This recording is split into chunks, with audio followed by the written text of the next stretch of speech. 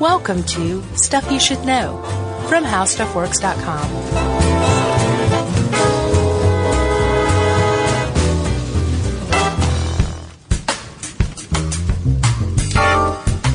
Hey, and welcome to the Christmas podcast. I'm Josh Clark. There's Charles W. Shuckers Bryant, and guest producer Noel is with us today. Yeah, we got a Jerry stocking, though, hanging over by the fireplace. Sure. And I am glad you built that fire, my friend. It's a little hot in here. Gets me in the mood, though, you know? Sure. Christmas spirit. Oh, the Christmas mood, I see. Oh, yeah. Yeah. You can talk about the mood for that. That, too. Yeah, we have, glad tidings and good cheer and warmth and Christmas lights and color and sugar sprinkles and stuff, all over the place. It's our Christmas episode. I have to say, my friend, you really know how to set the mood in here. You really go all out. Thank you. Yeah. Thank you very much. Well done. I'm glad you feel comfortable. Noel, do you feel comfortable?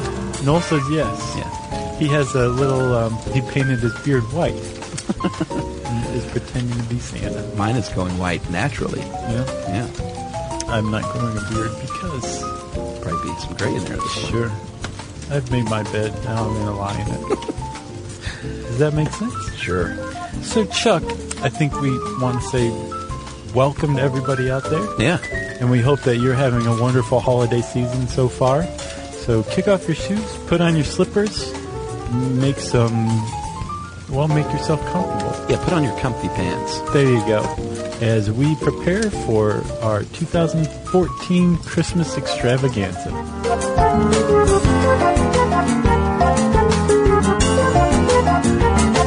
So, Chuck. Yeah. You have seen the great, great movie, A Christmas Story. Yep. Not just one of my favorite Christmas movies. It's one of my favorite movies of all time. Yeah, John Hodgman's never seen that. Weird. I thought so, too. And disappointing. Yeah, he said he's not a fan of Gene Shepard. So, I guess if you're not a fan of Gene Shepard, you wouldn't like The Christmas Story. Yeah, this is tough to swallow. I know. I'm having trouble swallowing right now. Yeah. You got Hodgman stuck in your throat? For everyone else out there in the world besides you, John, A Christmas Story is a beloved holiday movie. Oh, yeah. And it's actually got kind of a cool little backstory, to tell you the truth. It was the movie that wouldn't go away. It would not be overcome. That's right. It's the 1960s. Bob Clark is a writer and director, and he's driving a date around, and he's flipping the radio around because his date was dull. Sure. And he comes across writer Gene Shepard's recollections and stories. He's a audio storyteller. A humorist. A humorist, exactly. Talking about growing up in Indiana in the 30s and 40s. And he was smitten with it. And apparently was so smitten that he just kept driving until the program was over and said, "You just stay there and be quiet. I'm listening to this story on the radio." Okay, so yes, smitten is a good way to put it. Enthralled, maybe? Sure. But he decided right then and there, I'm going to bring Gene Shepard's stories to the silver screen. That's right. It took him a little while, though, because as this article says, and we got this from achristmasstoryhouse.com, Bob Clark. Yeah. He was a journeyman director. He specialized in B movies. Yeah, he, not many people know this. He made a movie, called Silent Night, Evil Night. He made another Christmas movie. Really? Yeah, in Canada. Not Silent Night, Deadly Night? No, this was called Black Christmas. It's one of those that was released under several titles. Was it ever Silent Night, Deadly Night? No. Okay. It was Black Christmas or Silent Night, Evil Night. Okay. And then there was another, title. And he also did a movie called, Moonrunners about moonshine that Dukes of Hazzard was based on. Wow, this guy was all over the place. Yeah, he got a big fat settlement when they released that Dukes of Hazzard movie recently. Nice. Good for him. Like $18 million. That's great. Yeah. So Bob Clark in the 60s becomes enthralled with Gene Shepard, and it wasn't until the early 80s that he got to make A Christmas Story. Yeah. And the whole reason he got to make A Christmas Story is because he finally made a blockbuster movie known as Porky's. Yep. A teen sex romp comedy? Man, that movie was the most mysterious, enticing thing when I was a kid. Yeah. Because I was 10 years old, and it was supposedly just the dirtiest thing that had ever been made. I wasn't allowed to see it. I wasn't still allowed to this to see day it. have not seen Porky's. You know, it's funny. Watch Porky's, and you'll be like, this is pretty tame. Yeah. Like it's bawdy, but it's really not like, I thought it was borderline pornography. That's what I took from it too. No, it's not at all. Man. So, huge hit though. Like it was an enormous hit. Yeah, at one time, for a brief time, it was the best. It was a top 25 all-time grossing movie and the best-selling comedy of all time. Wow. But only for a brief window. I think Ghostbusters quickly dwarfed it. And well, Rightfully it so, should, yeah. yeah. So the studios came back to Bob Clark and said, "Man, do that again. Make a Porky's 2." He said, Despite John Hodgman's wishes, Yeah.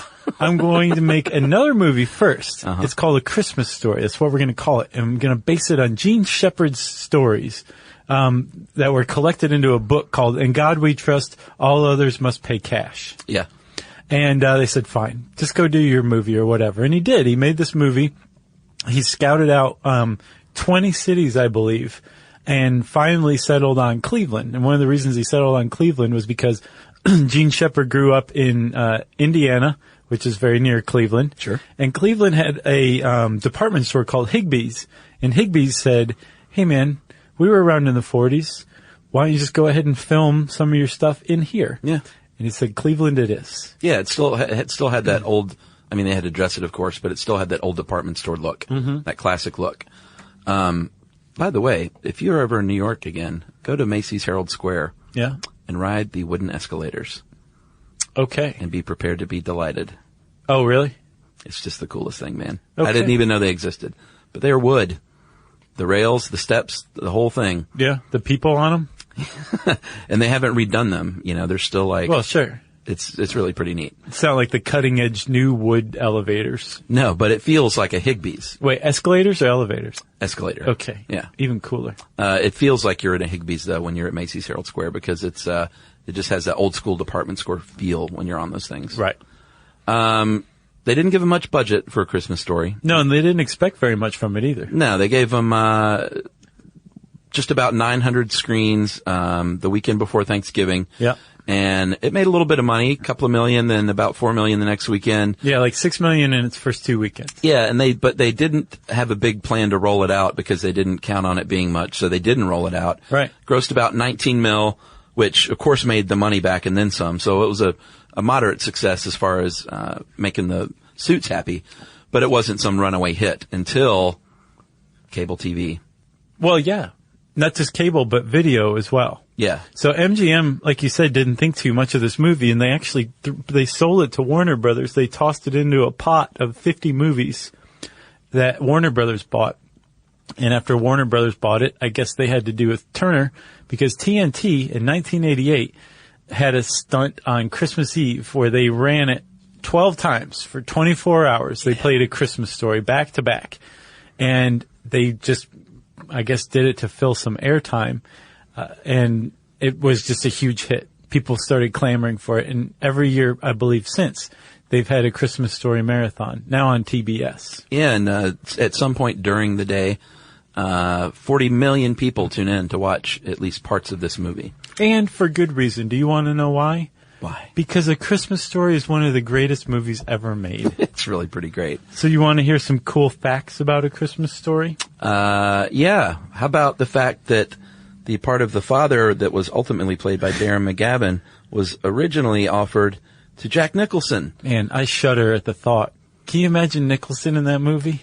Actually, I could. I can't. I think he would have been pretty great, but Darren McGavin is the greatest. Yeah. I was actually lucky enough to go to a screening at the Alex Theater in Glendale, California, over Christmas, and Bob Clark did a Q&A, and Darren McGavin was there. That's awesome. Right before he died. Yeah. And was old and frail, and he got a standing ovation, and his wife, helped him stand up, and I think it just wasn't clear to him, and she was like, this is for you, this is for you. It was just the sweetest moment. Yeah. One of my best Christmas moments ever. That's a nice Christmas moment. It was great.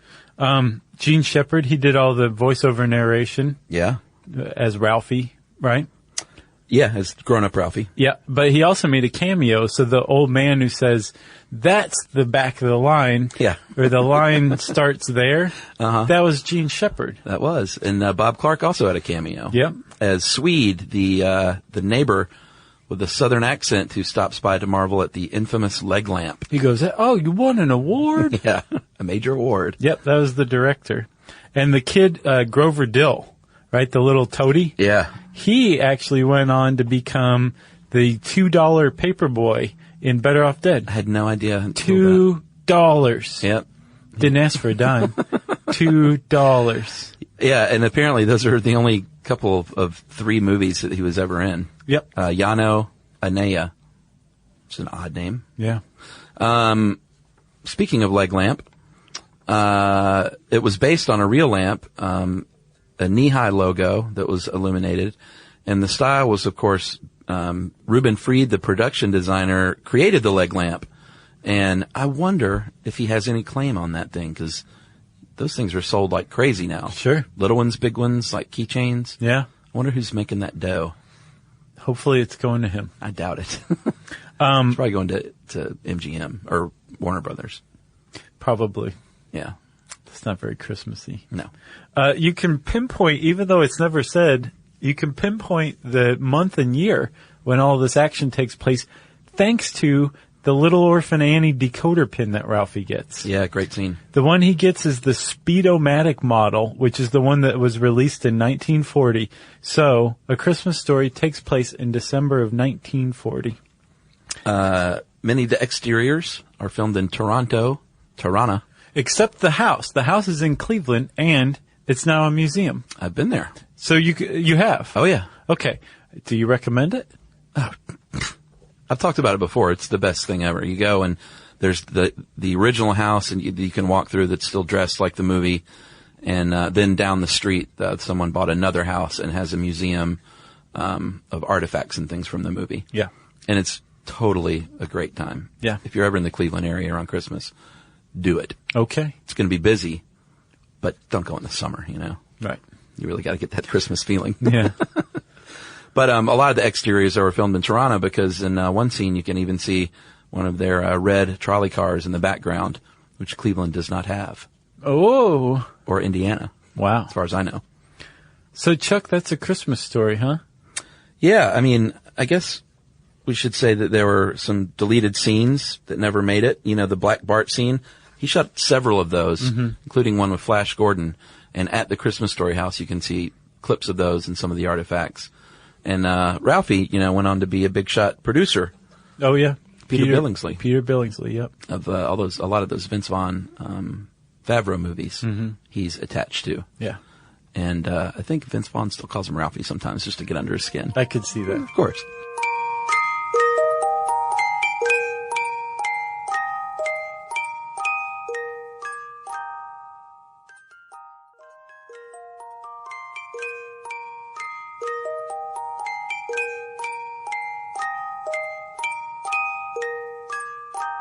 Chuck, it wouldn't be one of our Christmas specials if we didn't talk about booze. Offer an alcoholic recipe? Right, exactly. Yeah, sure. So this year we're doing mulled wine. Mulled wine is old.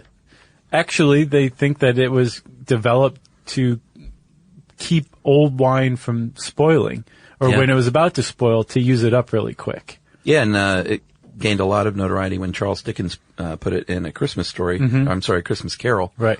Still got that on the brain. Yeah. And that's largely where its association with the holidays comes in, I think. Sure. I don't like it, do you? I love it. Yeah, I can't do it.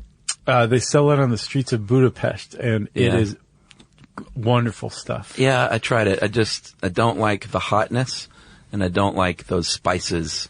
It's just not my thing. You would not like mulled wine then. Yeah, but I love wine. Yeah. But, Not mulled. No. I read this article from like 1940, I think, in the New Yorker. It's about this bar, the oldest bar in New York. Uh-huh. And it was talking about how some of the old timers would take their mugs of ale and put them next to the pot-bellied stove and heat it up to like coffee temperature. Oh, really? And drink their beer like that, which I'd never heard of. I think back then they were like, I'm cold and I want to be drunk. Yeah. So let's just do those two things. Yes. Which is what mulled wine was too. So yeah. With mulled wine, you typically want to use like a dry red, like maybe a Syrah or a Zinfandel. Yum. Which I didn't realize were dry. Oh, yeah. Okay. You want to add a little citrus. Usually you fortify it with something like brandy. Yeah. Other people use port sometimes. My big pour. Yeah. Port. Exactly. And then spices, despite Chuck's tastes. Yeah, clove and cinnamon, ginger, nutmeg, the traditional Christmas drink spices. Right. Clove, I think it might be what ruins it for me. Oh, really? Maybe. It sticks the out citrus, for sure. It's just not my thing. So, I don't like sangria either. Yeah, I could see it. Yeah. You wouldn't. Some spices or some recipes say you might want to sweeten this a little bit. So add some honey. Yeah. Add some sugar. Do something like that. And that's the beauty of mulled wine. It's like you can just kind of start with some wine and add a little bit here or there until you come up with your own concoction. But we'll give you like a basic mulled wine recipe. I think we got it from grape.com. That sounds like a good place to get a mulled wine recipe. Yeah, it sounds like authoritative. So you want to take 1 bottle dry red wine. Yep. I'm guessing a 750. Yeah, probably. You want 6 ounces of brandy. That's a lot of brandy. That is a lot of brandy.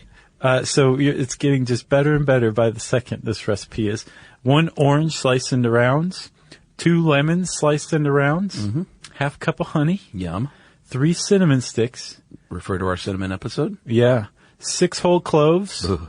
1 teaspoon fresh ground nutmeg. That's delicious. Yeah. And then maybe some ginger if you want. You combine everything in a large saucepan, and this is very important, Chuck. You heat it slowly. You don't let it boil. Yeah, don't just crank that heat up to high. No. And as it starts to steam a little bit, it's done. You serve it in mugs and enjoy. That's right. And I was reading this bit you sent about the Charles Dickens pub in Worthing, England, and they served mulled wine by the glass, and it sounded like a really neat thing until I saw that they use a microwave to heat it up. Yeah. It's like, man. They take 6 ounces of Spanish red wine, add 1 ounce of berry cordial, which I'm curious, what berry? Yeah. Elderberry? I don't know. What? English berry. I guess. Yeah. And they pour it over an orange slice with a cinnamon stick and 2 cloves, and then, like you said, they put the glass in the microwave. And they ruin the whole experience. The traditional Dickensian microwave. Oh, yeah. Featured so prominently in Oliver Twist. But hey, at least they're trying. Yeah. And you can try too. Let us know how your mulled wine recipe goes. I think in Oliver Twist, you're right. They say, please, sir, may I have some more? And he says, well, let me get out of the microwave first. Yeah. Then you can have some more. That was the original line. Yeah. And Dickens crossed it out. So, it won't hurt our feelings if you pause us to go make some mulled wine and come back and listen to the rest.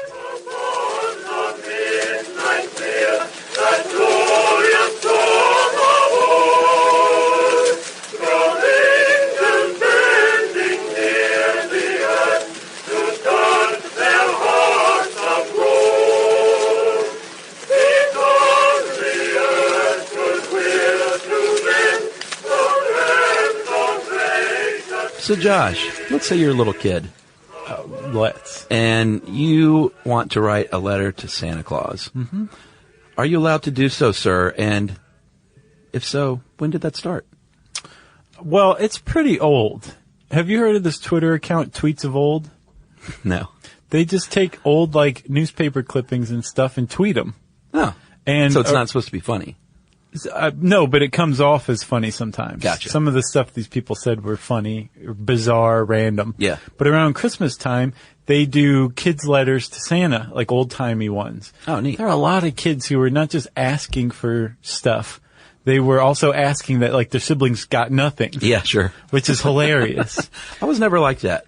But apparently, no, I wasn't either. I was like my brother and sister. I wanted us all to have what we wanted. Right. At the very least, you realize that Santa would frown on that kind of avarice, you know? I was a good sharer, I guess. Yeah.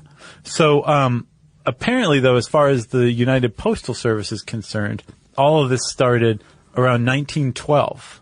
Yeah, long time ago. When that's when they say they started really receiving a noteworthy amount of letters for Santa Claus.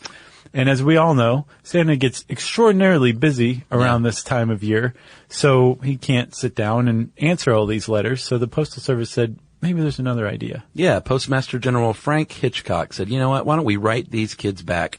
And I'm going to authorize not just employees, but volunteers, regular citizens. Yeah. You and I could do this.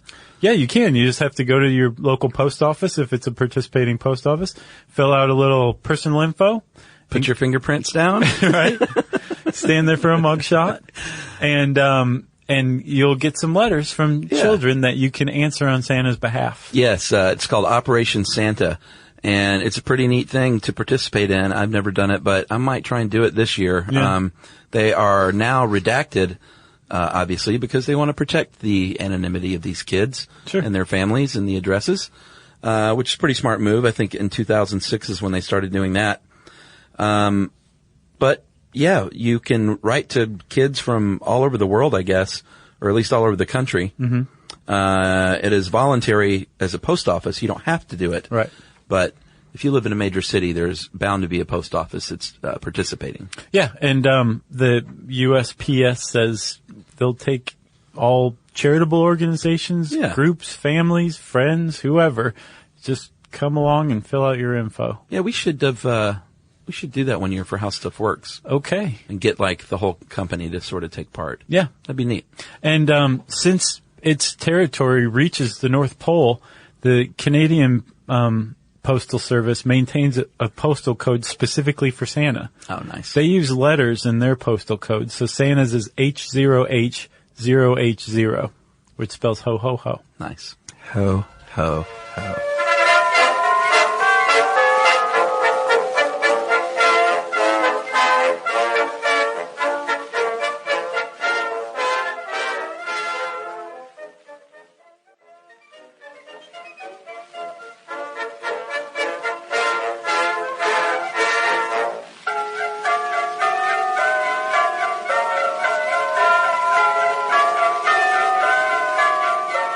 All right, buddy, I am glad you stumbled upon this because I had never heard of it, and it is now my favorite thing ever. We have to thank Snopes for this one. Barbara Mickelson is just hats off to her. She's almost single-handedly written the Snopes website. Did you know that? Yeah. Man. She's good. Well, this is the story of the Christmas pants, and it is true. And basically, it goes like this. There's a brother and a brother-in-law. Roy Collette and Larry Kunkel. Great Minnesotian names. Sounds like a Christmas villain name. Old Man Kunkel's house. Yeah. So, when did it start? 1964, Larry Kunkel's mom gave him a pair of moleskin pants. And he said, these aren't so good in Minnesota because they freeze and get kind of stiff. And I can't walk. So as a joke, he gave them, re-gifted them the following year to his brother-in-law, Roy. Yeah. And this started what I think is one of the best back-and-forth practical jokes ever. Yeah, for more than 20 years, they would send them back and forth. And at first it was just kind of like, haha, here they are again. Sure. Here they are again.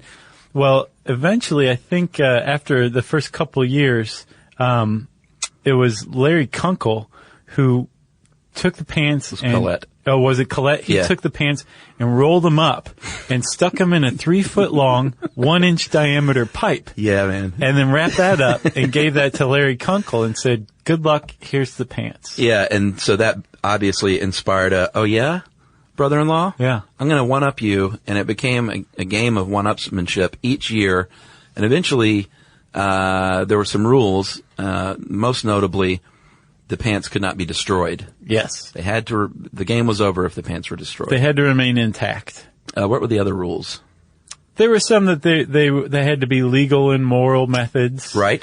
Supposedly they wanted to use junk parts as much as possible, but I don't think that rule panned out all the time because they clearly spent a lot of money over the years entombing these pants in various things. Yeah. So let's talk about some of these methods. Like you said, it started out pretty basic, stuffing them in a pipe. Mm-hmm. Then I think the following year, wrapping them in wire and basically the whole idea is make them super hard on the receiver to get to. Right. So he can't give them back. Yeah, exactly. Yeah. Because you would win, I guess, if you're like, I just can't get these pants. Exactly, yeah. The other guy would win. And that he would have to keep the pants forever. How about this one? One of them had them, I think my favorite one was one of them had them put in a gremlin car and had the car compounded to when you compound a car to a little tiny square. Yeah. The pants were inside a compacted gremlin. Yeah, a 1974 gremlin that was crushed into a 3-foot cube. And it weighed 2,000 pounds, and it was in the glove compartment of the gremlin when it was crushed. Yeah. Yeah, that was a pretty good one. It got, even bizarre. I guess Kunkel had the pants put into a 17.5-foot long red rocket ship filled with concrete that weighed 6 tons. It was 5 feet in diameter, and the pants were put in there somewhere inside in one of the 15 concrete-filled canisters inside the rocket. Pretty good. Not bad. One year, 1982, Kunkel had a hard time getting the pants out of an 8-foot-high tire, 2 feet wide, filled with 6,000 pounds of concrete, with the smarmy note on the outside, "Have a good year." Yeah, terrible. Yeah. Another year, Colette had to get the pants out of a station wagon that was filled with, this is mind-boggling to me, 170 generators that were all welded together with the pants located somewhere in the middle. Yeah, but you don't know where. No, and Colette had to get in there. And, I mean, these things were welded together because you couldn't just, rip this apart, because if you wasted the pants, you lost. Yeah. So he managed to get it out of there. 1985, what toy was popular in 1985? Let's say Rubik's Cube. Rubik's Cube. So Colette had an idea and made a 4-ton Rubik's Cube in 1985, made of concrete that he had baked in a kiln and then covered it with 2,000 board feet of lumber. And the pants were inside, and you had to solve the cube. And he did so, because that came before the generator. Right. I love these dudes. So the end of the pants came along in 1989, and Colette apparently had a buddy in Tennessee who ran a glass manufacturing company and said, "Hey, you know that scrap glass you have? Why don't you melt it down and let's encase the pants in it?" Yeah. And the friend said, okay. Yeah. 10,000 pounds of jagged glass, and let's go drop it in his front yard. The problem is a chunk of molten glass broke the canister that had the pants in it and just disintegrated them. Yeah. So the pants were put into an urn instead. The ashes of the pants were put into an urn and given to Kunkel that year. Colette conceded defeat. Yeah, along with an epitaph that said, "Sorry, old man, here lies the pants. An attempt to cast the pants in glass brought about the demise of the pants at last." And apparently Kunkel still has that urn, and these are two of my favorite dudes in the world now. Yeah. I can't imagine carrying on a joke like this for that long. They must have worked on this for a couple of months out of the year at least. Oh, sure. You know, they probably started on January 1st, devising the next year. Yeah. You know, this is great. And all true. Somebody should make a movie about that. Christmas movie. It's a new holiday classic.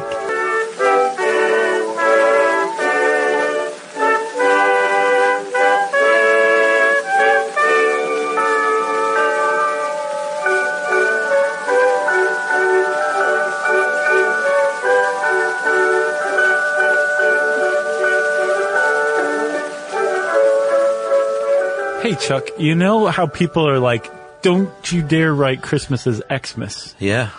Some people are very offended by that. They are very offended by it. Well, it turns out that it's not so offensive to write Christmas as Xmas. And if you do write Christmas as Xmas, you shouldn't pronounce it Xmas. You should pronounce it Christmas. Yeah. And there's pretty good reason why. Yes, there is a good reason, because it isn't an X.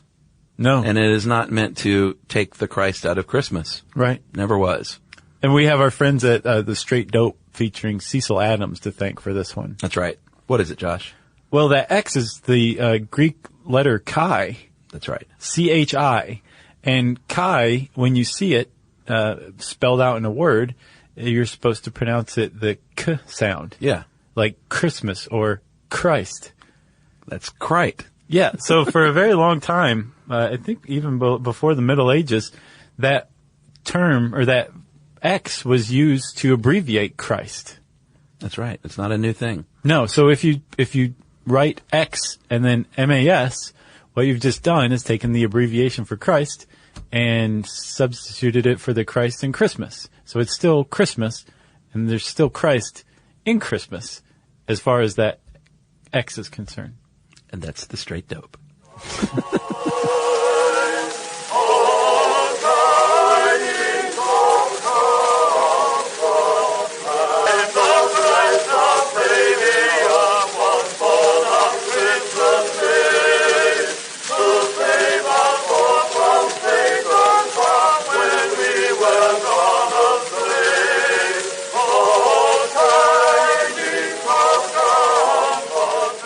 So, Chuck, we're going to finish with a Christmas story. That's right. I didn't realize this, but the guy who wrote the gold standard classic Wizard of Oz. Directed Porky's? Right? L. Frank Baum. Uh-huh. He also wrote a long Christmas epic story called The Life and Adventures of Santa Claus. Yeah, it was long, wasn't it? Yeah, very. I mean, it was a book-length thing. Yeah. But it basically tells the story of Santa Claus. And we're going to read When the World Grew Old. It was a chapter from that. And basically, Santa Claus has spent his whole life... Is this the setup? Yeah. Yeah. If you'll indulge me. Of course. So Santa Claus he was found in the woods as an orphan and raised by Ak, the god of the woods. Yeah. And he proved himself to be Santa Claus, doing all the Santa Claus-y things he's famous for. But now he's become an old man with white hair and a white beard and huge cheeks that are still jolly, but he's at his deathbed. Oh, man. And Ak goes to the other immortals, gods of the woods and the rivers and all of that stuff, kings of the gnomes and all people like that. Yeah. And gathers them and says, look, man, this guy, if there's ever been a human being who's earned immortality, the gift of immortality, it's this guy. He loves kids. He makes toys for them every year. He's just a great humanitarian. He created, like, the Christmas as we understand it now.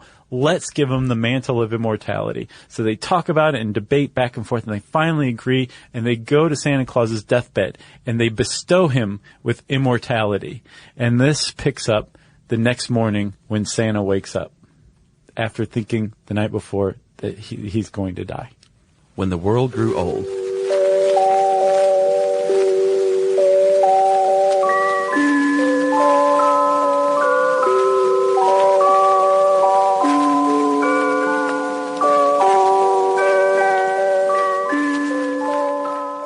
The next morning, when Santa Claus opened his eyes and gazed around the familiar room, which he had feared he might never see again, he was astonished to find his old strength renewed and to feel the red blood of perfect health coursing through his veins. He sprang from his bed and stood where the bright sunshine came in through his window and flooded him with its merry dancing rays. He did not then understand that what had happened to restore him the vigor of youth, but in spite of the fact that his beard remained the color of snow and that wrinkles still lingered in the corners of his bright eyes, old Santa Claus felt as brisk and merry as a boy of 16, and was soon whistling contentedly as he busied himself fashioning new toys. Then Ak came to him and told of the mantle of immortality and how Claus had won it through his love for little children. It made old Santa look grave for a moment to think he had been so favored, but it also made him glad to realize that now he need never fear being parted from his dear ones. At once he began making preparations for making a remarkable assortment of pretty and amusing playthings, and in larger quantities than ever before. For now that he might always devote himself to this work, he decided that no child in the world, poor or rich, should hereafter go without a Christmas gift if he could manage to supply it. The world was new in the days when dear old Santa Claus first began toy making and won, by his loving deeds, the mantle of immortality. And the task of supplying cheering words, sympathy, and pretty playthings to all the young of his race did not seem a difficult undertaking at all. But every year more and more children were born into the world, and these, when they grew up, began spreading slowly all over the face of the earth, seeking new homes. So that Santa Claus found each year that his journeys must extend farther and farther from the Laughing Valley, which by the way is in the North Pole, and that packs of toys must be made larger and ever larger. So at length he took counsel with his fellow immortals, Larry King and the others, how his work might keep pace with the increasing number of children, that none might be neglected. And the immortals were so greatly interested in his labors that they gladly rendered him their assistance. Ak gave him his man Kilter, the silent and swift. And the Nook prince gave him Peter, who was more crooked and less surly than any of his brothers. And the Ryle prince gave him Neuter, the sweetest tempered Ryle ever known. And the fairy queen gave him Whisk, that tiny, mischievous but lovable fairy who knows today almost as many children as Santa Claus himself, and Larry King gave him Suspenders. With these people to help make the toys and to keep his house in order, to look after the sledge and the harness, Santa Claus found it much easier to prepare his yearly load of gifts, and his day began to follow one another smoothly and pleasantly. Yet after a few generations, his worries were renewed, for it was remarkable how the number of people continued to grow, and how many more children there were every year to be served. When the people filled all the cities and lands of one country, they wandered into another part of the world, and the men cut down the trees and many of the great forests that had been ruled by Ak, and with the wood they built new cities, and where the forests had been were fields of grains and herds of browsing cattle. You might think the master woodsman would rebel at the loss of his forests, but not so. The wisdom of Ak was mighty and far-seeing. The world was made for men, said he to Santa Claus, and I have but guarded the forests until men needed them for their use. I am glad my strong trees can furnish shelter for men's weak bodies and warm them through the cold winters. But I hope they will not cut down all the trees, for mankind needs the shelter of the woods in summer as much as the warmth of blazing logs in winter. And however crowded the world may grow, I do not think men will ever come to Burzee, nor the great black forests, nor to the wooded wilderness of Braz, unless they seek their shades for pleasure, and not to destroy their giant trees. By and by, people made ships from the tree trunks and crossed over oceans and built cities in far lands. But the oceans made little difference to the journeys of Santa Claus. His reindeer sped over the waters as swiftly as over land, and his sledge headed from east to west and followed in the wake of the sun, so that as the earth rolled slowly over, Santa Claus had all 24 hours to encircle it each Christmas Eve, and their speedy reindeer enjoyed these wonderful journeys more and more. So year after year, and generation after generation, and century after century, the world grew older, and the people became more numerous, and the labors of Santa Claus steadily increased. The fame of his good deeds spread to every household where children dwelt, and all the little ones loved him dearly. And the fathers and mothers honored him for the happiness he had given them when they too were young. And the aged grandsires and granddames remembered him with tender gratitude and blessed his name.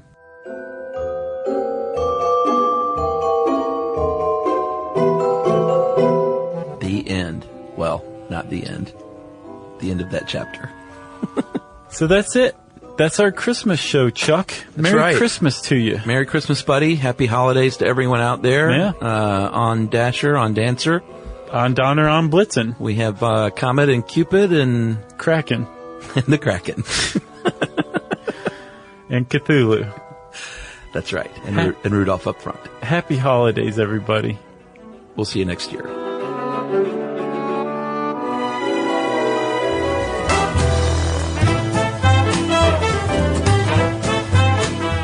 For more on this and thousands of other topics, visit HowStuffWorks.com.